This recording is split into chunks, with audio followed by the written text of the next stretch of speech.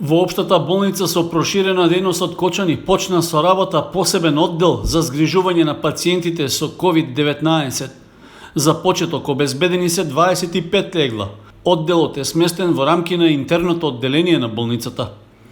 Директорот на Општа болница Александар Серафимов информираше дека во договор со Министерството за здравство и со клиничката болница од Штип, каде веќе се исполнети сите капацитети, започнало преземањето на дел од позитивните пациенти со COVID-19.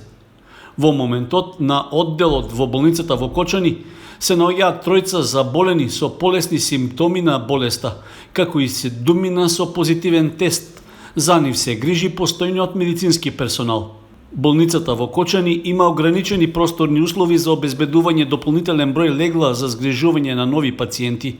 Поради тоа, од Министерството за здравство беше најавено дека во болничкиот круг се планира изградба на монтажна модуларна болница за потребите на идниот регионален ковид центар.